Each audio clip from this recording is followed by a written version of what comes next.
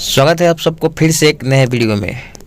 सब कोई कल 6 बजे यानी 7 बजे 6 बजे आप लोग उठ के पहले से तैयार रहिएगा, क्योंकि पावर स्टार पवन सिंह का कल जो है ना भाई, कल सुनामी आ रहा है।